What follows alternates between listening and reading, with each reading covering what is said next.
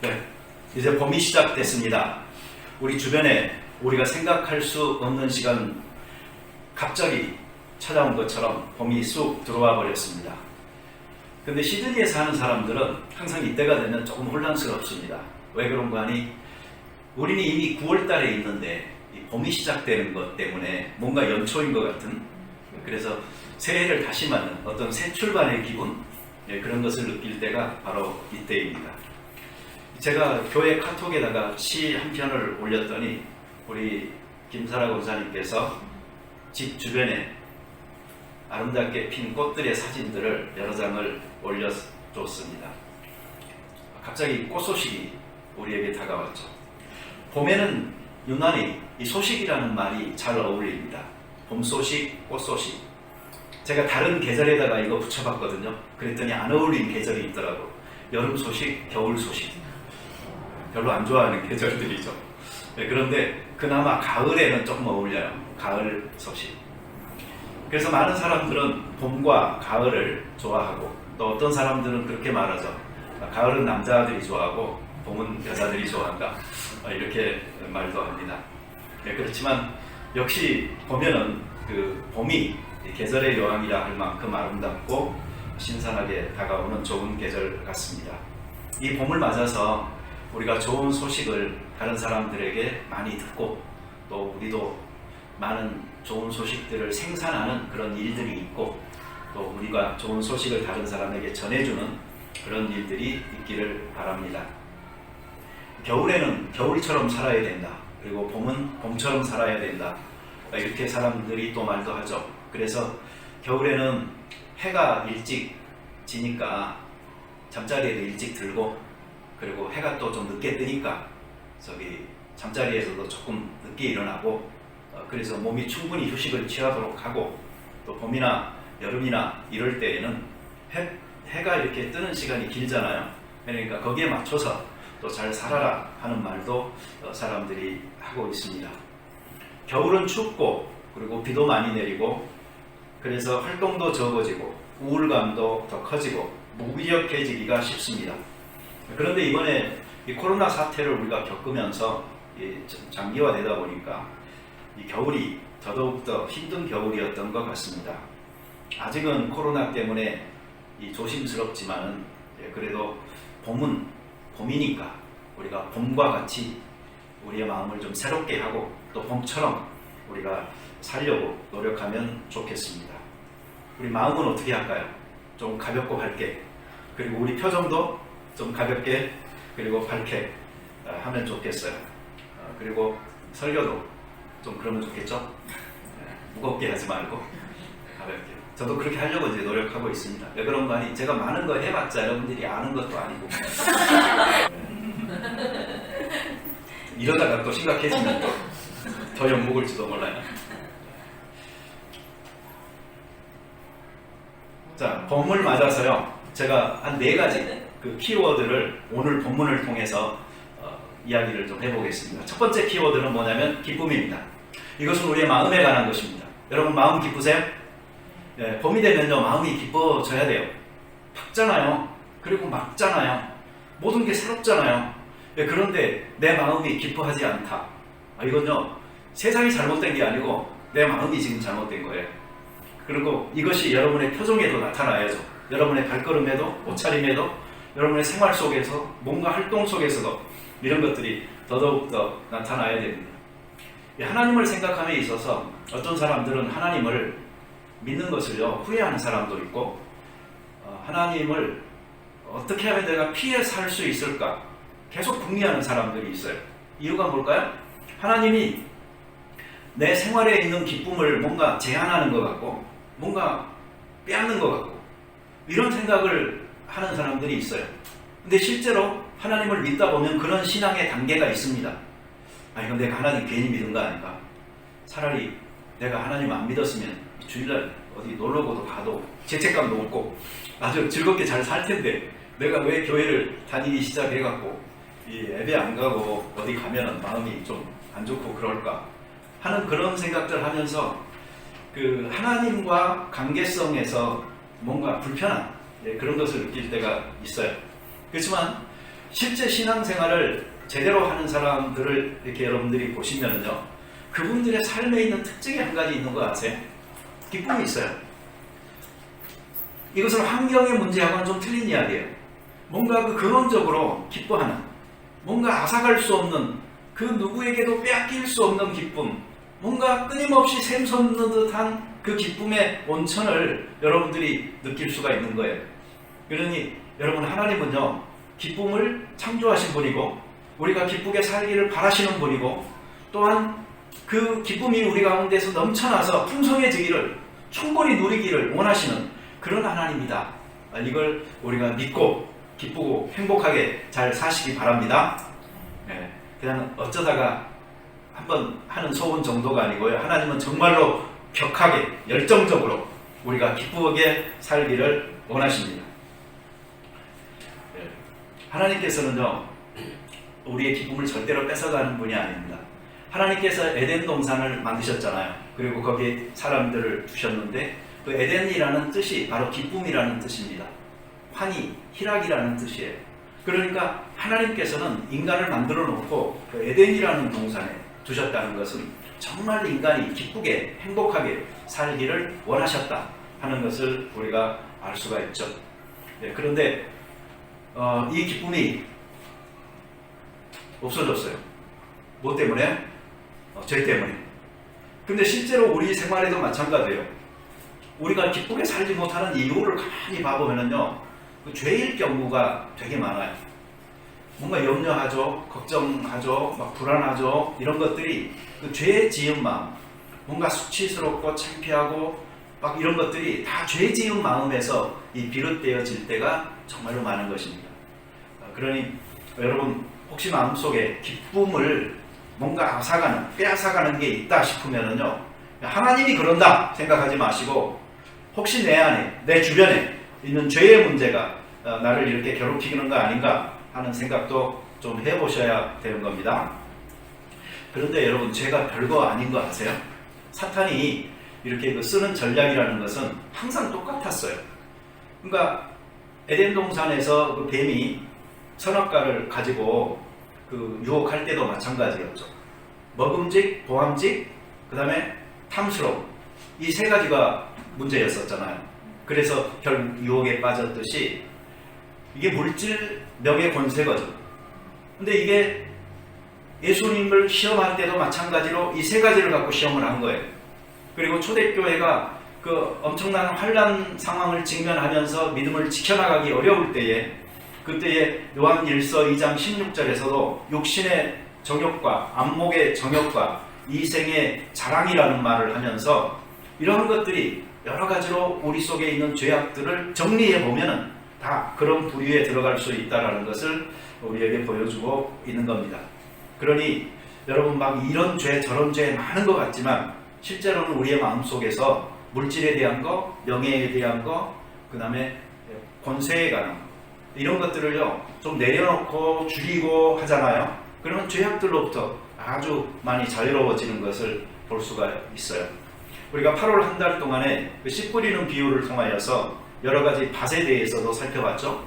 네, 그런데 그 세 번째 밭이 가시덩굴 밭이었어요. 이것은 복잡한 밭이에요. 삶의 상황이 단순하지가 않고 아주 크라우디한 거예요. 근데 그 안에 있는 문제들은 뭐였죠? 바로 돈과 염려와 희락. 예, 근데 이 세 가지가 결국 물질, 명예, 권세의 옷들을 입고서 우리에게 또다시 찾아오는 신앙을 성장을 방해하는 것들이었던 것이죠. 이런 것들을 여러분들이 잘 극복하실 수 있으면 좋겠어요. 제가 라디오 방송에서 들으니까 평소에는 그런 말 잘 안 하는데 그 리얼 퍼포먼스 그리고 리얼 오디언스라는 말을 하더라고요. 요새 왜 그렇죠? 전부 다 가짜 그 간중, 막 한국 같은 경우도 뭐 야구 같은 거 하면은 막 간중 없는데 간중 있는 것처럼 막 함성 소리도 틀어놓고 막 그러더라고요. 예. 가짜를 갖고 가짜 연기를 하는 듯한. 근데 실제로 기쁨이 없이 살아가는 사람은요, 자기 삶을 살고는 있지만 가짜 간중들 앞에서 가짜 삶을 살고 있는 것이 아닌가 하는 생각을 해봅니다. 그러니 여러분, 정말 기쁘게 사시기 바라요. 이 기쁨 누가 뺏어가려고 하면 안 돼. 거절하시고 죄라면은 단호히 끊어버리고 나는 기쁘게 살도록 하나님께 창조함을 받은 사람이야. 하나님께서는 오늘도 내가 기쁘게 살기를 원하셔 하는 것을 아주 강력하게 주장하시고 그렇게 살 수 있으면 좋겠어요. 봄은 무엇을 들어도요, 그리고 무엇을 봐도 기쁜 계절이에요. 어떻게 보면 기뻐하지 않을 이유가 없는 거예요. 여기 뒤에 여기 룸도 뭐라고 되어 있죠? 조이 룸이라고 되어 있잖아요. 아주 이 환경미화 우리가 값을 치러야 될 것 같아요. 예, 봄을 맞아서 우리에게 기쁨이 좀 샘솟는 이런 상황이 많이 있었으면 좋겠어요. 예. 근데 교회에서 이 기쁨이 사실 설교 시간에만 막 이야기되고 찬양 시간에만 노래가 되는 이유가 뭘까요? 보통 사람들은 교회 오면 기뻐할 만큼 충분히 기뻐하지 않아요. 그냥 좀 심각해요.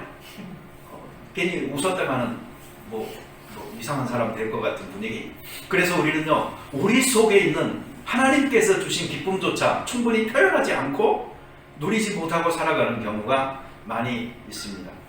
근데 그 이유 중에 하나는요, 교회에 오면은 뭔가 경건해야 되고, 뭔가 거룩해야 되고, 뭔가 근엄해야 되고 하는 이런 unnecessary red tape과 같은 것들을요, 우리들 스스로가 만들어 놓고 붙여놓은 거예요. 그래가지고 그런 관념들에 사로잡혀가지고 정말 충분히 기뻐하지 못하고 또 기쁨을 우리가 표현하고 하지 못하는 것들이 많이 있어요. 이 근엄하고 뭐 이런 것은요, 경건의 한 모습은 될 수 있지만 경건은 아닌 것입니다. 오히려 그것은 잘못하면 위선인 것이고 그것은 형식이 되는 것입니다. 근엄하면 좋은 건 딱 한 가지 있어요. 너무 촐싹거리지 않는 그 언행은 피할 수가 있어요. 그렇지만 보다 더 적극적인 어떤 크리스찬의 그 기쁨의 삶을 서로가 표현하고 이렇게 격려하는 데 있어서는 이 근엄이 자주 방해가 되기도 합니다. 그러니 하나님께서는 뭐 거룩, 경건 뭐 이런 것만 요구하시는 게 아니고 우리가 기쁘게 살도록 원하신다 생각을 하시고요. 충분히 기뻐하면서 서로 살면 좋겠어요. 두 번째 키워드는 순결입니다. 이 순결이라는 것은 너가 하얀색 그 의복을 입어라, 그리고 내 머리에 기름을 바르라 하는 말들을 통해서 보여지고 있죠. 이것은 하나의 단정함, 하나의 윤택함입니다. 그리고 이것은 어떤 빛남입니다. 하나의 영광입니다. 하나님께서는 우리가 이러한 삶을 살기를 원하시는 것입니다. 여러분, 기뻐하려면 아까 제가 방해가 되는 게 주로 죄라고 그랬잖아요. 그래서 정말 기뻐하려면 이 순결해야 되는 것입니다. 우리의 몸도 마음도 정신도 그리고 영혼도 순결해야지 정말로 순결한 그 기쁨을 우리가 맛볼 수가 있는 것입니다. 그리스도인들이 부름을 받았습니다. 근데 이 부름이라는 것은 여러 가지가 있겠지, 사람마다 다르겠지만 두 가지 방향성을 확실하게 갖고 있습니다.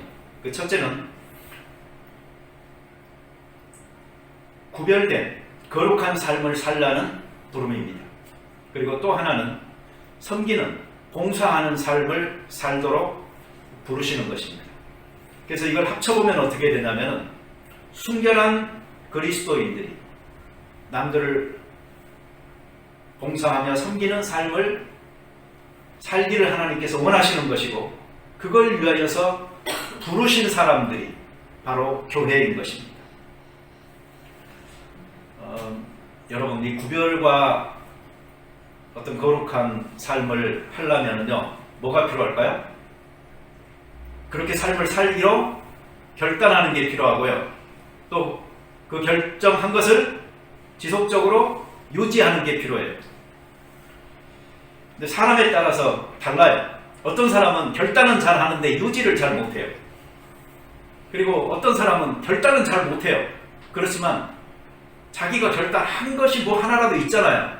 그러면 그것도 꾸준하게 잘 하는 사람이 있어요. 여러분, 어느 쪽이 나으세요?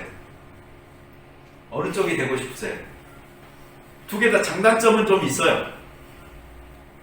그 바닷가에 보면은요, 파도가 멀리서부터 오는 것 같지만 해변가에 닿을 때까지 수없이 많은 파도로 조금씩 해서 오잖아요. 그래서 그게 오듯이 작은 결심들이 모아져서 일보 전진하고 하다 보면은 우리가 어떤 프로그레싱 할 수가 있는 거예요.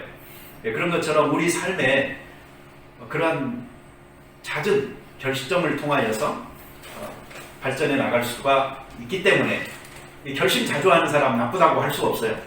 그렇지만 문제는 뭐가 또 있을까요? 한번 결심했으면 처음부터 그냥 끝까지 잘 하면 되지. 중간에 지속하지 못하고 자꾸 포기하다 보니까 자꾸 또 결심해야 돼요. 그러다 보니까 발전은 없고 결심만 계속하는 그런 경우가 있을 수가 있다는 거예요. 여러분 결심맨 되지 마십시오. 결심맨 되지 마세요. 그냥 지속하는 이것이 저는 더 좋다라고 생각을 합니다. 그래서요, 여러분 누가 부흥회에 가가지고 부흥회에서 막 하나님 믿기로 그리고 헌신하기로 막 작정하시라고 막 여러분들을 다그치잖아요. 그러면 저항하세요. 끝까지 저항하세요. 안 되지. 내가 여기까지 왔는데 여기서 갑자기 무너지면 안 되지만 그러셔도 괜찮아요.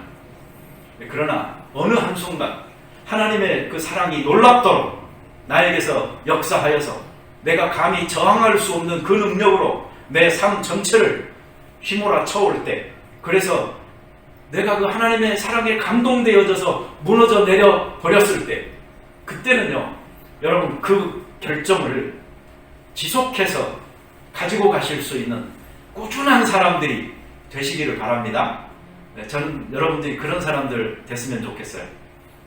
그래서 많은 결심을 통해서 또 실패를 경험하고, 그래서 은혜 받았다고 자꾸 하기는 하는데 열매는 없는 사람이 아니고, 한 번의 결정적 결단으로 자기의 삶을 헌신하여 하나님 앞에 드리고, 그리하여 지속적으로 그 열매를 하나님 앞에 드리는 귀한 사람들이 되시기를 바랍니다.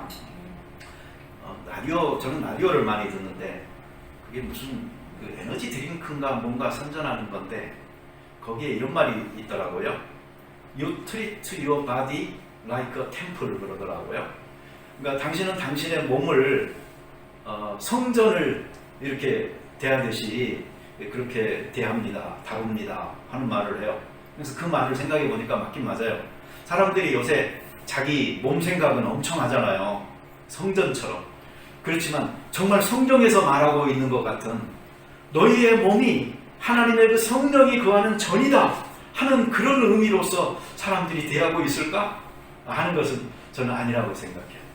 여기는 정말 그렇게 생각을 한다면요, 자기 몸만이 아니고 자기 인생을 하나님께서 나에게 축복하신 거룩한 성전과 같은 것으로 알고 정말 조심스럽게 하나님 앞에서 살아가야 되는데, 또 그건 또 사람들이 많이 이렇게 네그렉트 하거든요.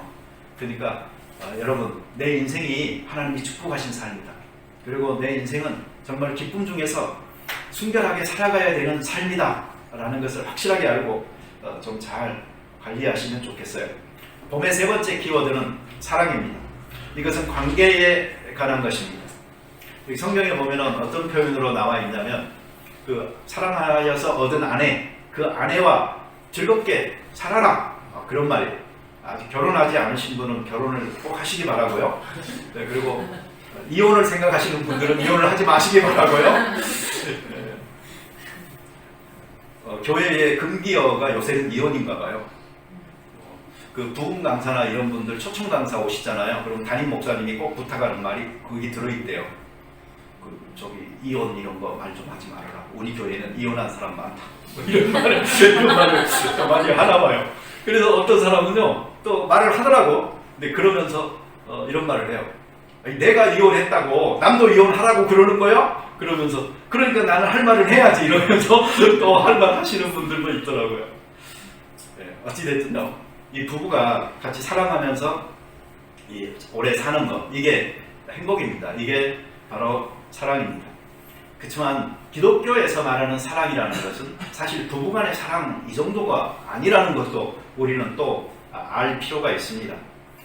유행가나 드라마에서는요, 이 말하는 사랑은 사실은 거의 다가 육체적 사랑입니다. 아름다움과 성적인 매력에 집중하고 뭔가 반해가지고 열병을 앓듯 시작하는 굉장히 힘든 사랑인 것이고, 또 조건 따지고 계산하다가 헤어지기도 하고 하는 그런 사랑입니다. 이런 사랑은 성경적 사랑이 아닙니다. 또한 정신적인 사랑도 성경적 사랑이 아닙니다. 뭔가 부상해 보이는 것 같고 그러지만 그것이 성경에서 말하고 있는 사랑은 결코 아닙니다. 한번 따라서 해보실래요? 육체적 사랑은 이성을 향한 사랑이고, 정신적인 사랑은 이상을 향한 사랑이고, 성경에서 말하는 사랑은 이타적인 사랑이다. 네, 그거예요. 성경에서는 희생적인, 이타적인, 무조건적인 사랑을, 이걸 사랑이라고 하는 것이지, 뭐 그냥 감정적으로 뭔가 애매한 그런 상태의 사랑을 사랑이라고 말하지 않아요. 그래서 옛날 성경 번역들 보잖아요. 그러면 요즘은 그 믿음, 소망, 사랑 이런 것 중에서 사랑을 러브로 표현을 많이 하는데, 옛날 성경에서는 그걸 체리티라고 표현을 했어요. 또 요즘 사람들은 체리티 하면은 무슨 자선단체라고 보통 생각을 하는데 그게 아니에요. 원래 그 말은 사랑이라는 말인데 그 조건 없는 아가페적인 그런 사랑을 체리티라고 표현을 했던 거예요. 그러니까 성경에서 말하는 사랑은 우리가 일반적으로 말하는 그런 그냥 러브 이런 게 아니고 진짜 체리티, 아가페적인 사랑인데 그건 조건이 없는 것이다. 하나님께서 우리를 사랑해 주신 그러한 사랑, 이것을 성경에서 사랑이라고 한다. 이것을 아셔야 돼요. 여러분이 무슨 운동을 정말 좋아할 수가 있어요. 무슨 자연을 너무나 사랑할 수도 있어요. 개를 너무나 이뻐할 수도 있어요. 그렇지만 그 단어를 잘 구별해서 써야 돼요. 이것들은요, 여러분이 아무리 좋아하더라도 그건 좋아하는 것일 뿐입니다. 좋아하는 게 그냥 심했을 뿐이지 그게 결코 사랑이 될 수는 없어요. 성경에서 말하는 사랑은 인격을 가진, 인격체에 대한 사랑이기 때문에 그래요. 그래서 사랑하십시오라는 것은요, 어떤 그 사물에 대한 사랑을 성경에서 권장하고 있는 거 아닙니다. 사람에 대한, 생명에 대한, 삶에 대한 사랑을 성경이 이야기하고 있는 것이죠. 그래서 이런 사랑을 자꾸 이야기하다 보면 사람들은 뭐 도덕이 밥 먹여주냐 하는 말을 하죠. 그러나 이런 말들은 정말로 가볍고 근시안적인 사람이 하는 말입니다. 여러분, 밥만 먹고 인간이 사는 건 아니잖아요. 인간은 사랑을 받고 또 사랑을 주면서 그 관계성 속에서 살아가는 것이 사람입니다. 무엇을 보든지 무엇을 듣든지 전부 다 사랑스러운 이 계절에 우리가 사랑하는 삶을 살아야 되겠다 한번 생각하시고 결심하시고 그렇게 사시면 좋겠어요. 네. 사랑의 특성이 하나 있습니다. 사랑은 자라나는 것입니다. 그리고 사랑은 연습되어져야지 할 수 있는 것입니다. 여러분, 누구나 사랑할 수 있는 거 아니에요. 누구나 처음부터 성경에서 말하는 온수를 사랑할 수 있는 거 결코 아닙니다. 그래서 어떤 사람들은 성경의 가르침은 너무나 이상적이야, 나하고는 너무나 동떨어져 있어, 오늘 같은 사회에 누가 그렇게 할 수 있겠어라고 쉽게 말하고 쉽게 포기합니다. 그러나 잊어버리지 말아야 될 점은 작게 사랑하기 시작하고 그걸 끊임없이 연습하는 사람이 결국은 온수를 사랑하는 데까지 도달하는 것이고 이르는 것입니다. 그래서 우리 그리스도인들의 사랑은 점점 더 자라는 사랑이 되면 되는 겁니다. 예수님께서 겨자씨 같은 그 믿음을 이야기했잖아요. 겨자씨 아세요? 깨 있잖아요. 정말 적잖아요. 그거 그만큼 적어요. 근데 그 조그만 겨자씨를 땅에다 심으면은 그게 커서 나무가 되고 나중에는 새들이 깃들고 그늘을 만들어준다. 그 조그만 게 왜 그렇게 클 수 있냐? 이유는 그 안에 생명이 있기 때문에 그런 거예요. 그래서 그리스도인들이 가지고 있는 이 생명의, 사랑의 씨는 우리 속에 이미 심겨졌고 예수님이 우리에게 경험하여서 충분히 누릴 수 있도록 해주셨으니 이것이 이제 점점 커가면 되는 것이에요. 여기에 자꾸 물을 주고 가꿔야 되는 거예요. 이걸 자꾸 연습해야 되는 거예요. 이걸 하지 않으면서 예수님은 너무나 이상적인 분이야라고 말하면 안 되는 거죠. 네, 하나님의 사랑을 경험한 사람들, 그 사람들은 이 사랑을 할 수 있도록 자라게 됩니다. 여러분, 이 세상을 어떻게 보세요? 두 가지 중에 하나를 선택해 보세요. 운동장, 훈련장. 두 개 다 넓은 것 같죠? 그렇지만 운동장은 뛰어노는 플레이그라운드예요. 그렇지만 훈련장은 뭔가를 고생하는 그러한 트레이닝 그라운드예요. 우리가 이 세상을 어떻게 보느냐에 따라서 이 세상을 사는 삶의 자세가 달라집니다. 어떤 사람은 이 세상을 운동장처럼 봅니다. 즐기기 위해서, 뛰어놀기 위해서 마음껏 살아가려고만 노력합니다. 그러나 어떤 사람은 이 세상을 살면서 뭔가를 만들어 갑니다. 뭔가를 갖고 갑니다. 그래서 되어져 갑니다. 그것은 하나님께서 이 세상을 트레이닝 그라운드로서 우리 크리스찬들에게 주셨다는 것을 알 때에 가능한 것입니다. 교회는 하나님의 여러 가지 훈련장 중에서도 아주 특별한 훈련장입니다. 그래서 크리스찬들은 바로 이 신병훈련소와 같은 이곳에서, 부츠 캠프와 같은 이곳에서 바로 사랑을 연습하면서 자라가는 것입니다. 우리가 잊지 말아야 될 것이 하나 있습니다. 그것은 우리가 선을 쌓든지 아니면 악을 쌓든지 하면서 우리는 살아가고 있다라는 것입니다. 과거부터 지금까지 살아온 것이 바로 현재의 나인 것처럼 오늘부터 살아갈 내가 결국 미래의 내가 되는 것입니다.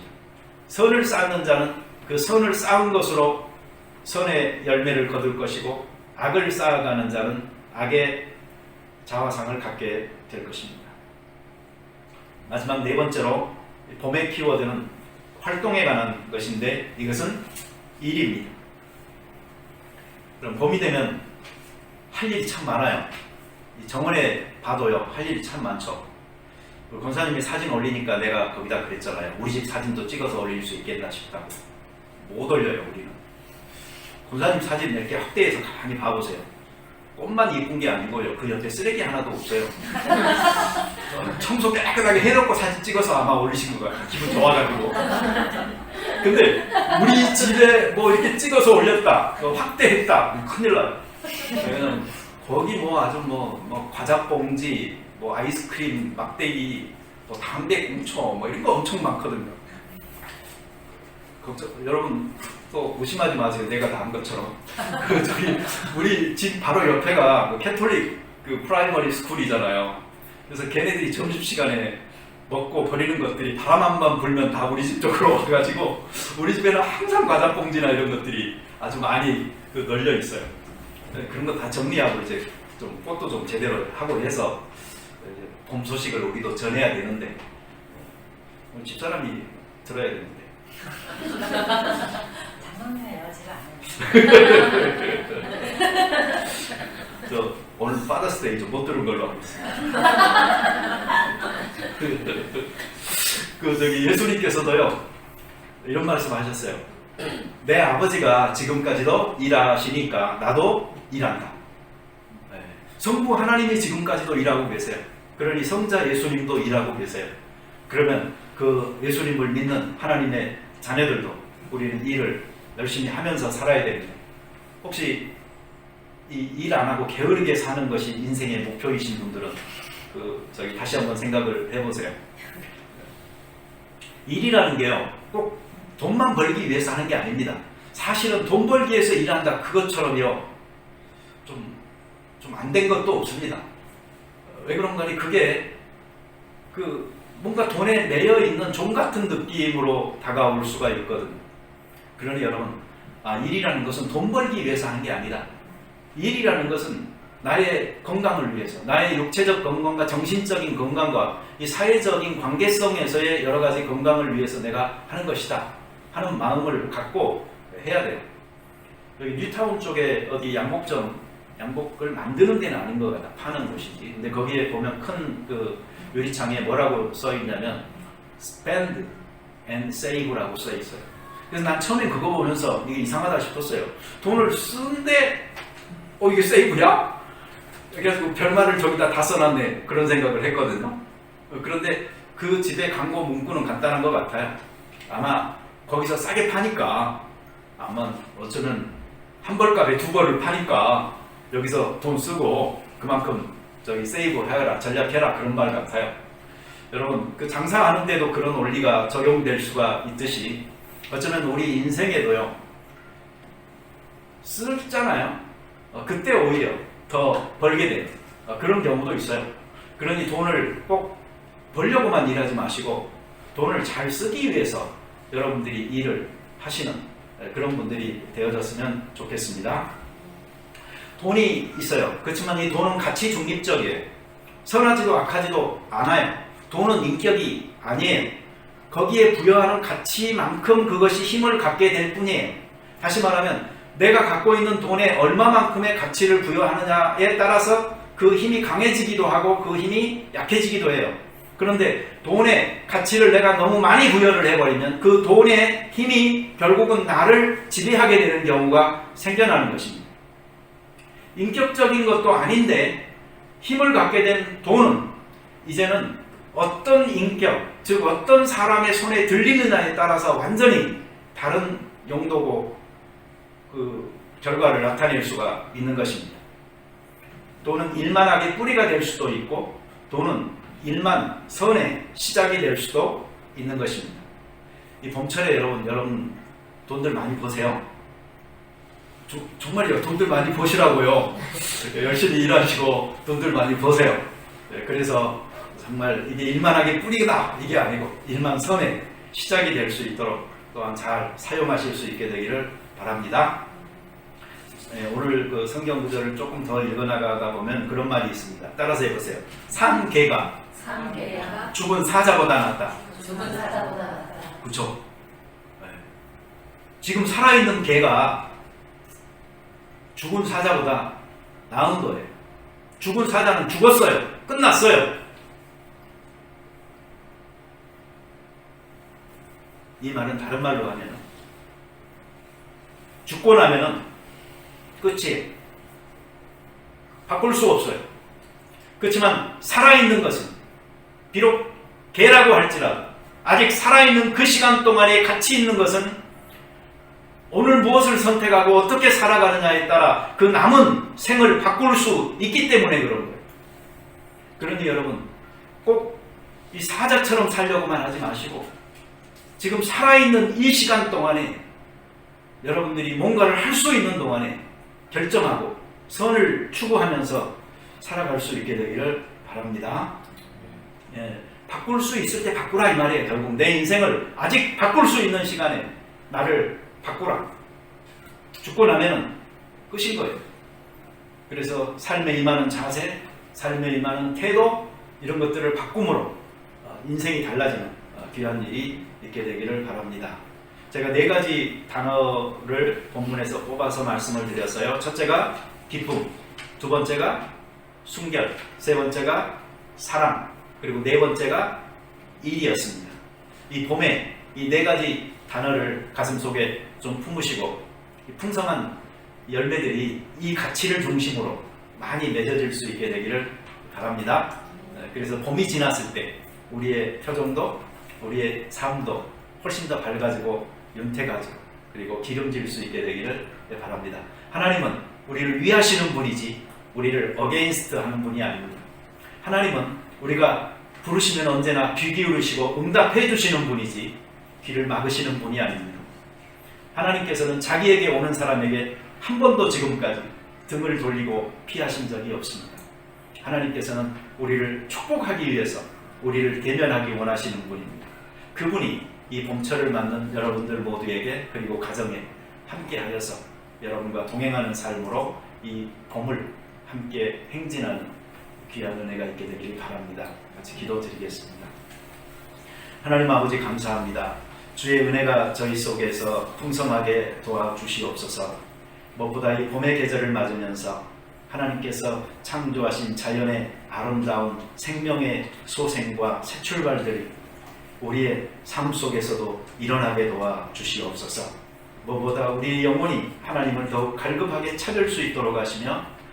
또 우리의 마음이 이 봄과 같이 밝아지고 맑아지고 따뜻해질 수 있도록 도와주심으로 하나님이 인생을 위해서 준비한 에덴 동산의 귀한 축복이 우리의 생활 속에 가깝게 이루어지게 도와 주시옵소서. 하나님 바라기는 우리 모든 개개인들 그리고 가정들이 봄을 맞아 더더욱 행복하게 하시고 더더욱 기쁘게 하시고 더더욱 순결하게 하시고 더더욱 사랑하게 하시고 더더욱 일하게 하심으로 이러한 모든 활동들이 하나님께 영광되는 삶이 될 수 있도록 도와주시옵소서. 예수님의 이름으로 기도드립니다. 아멘.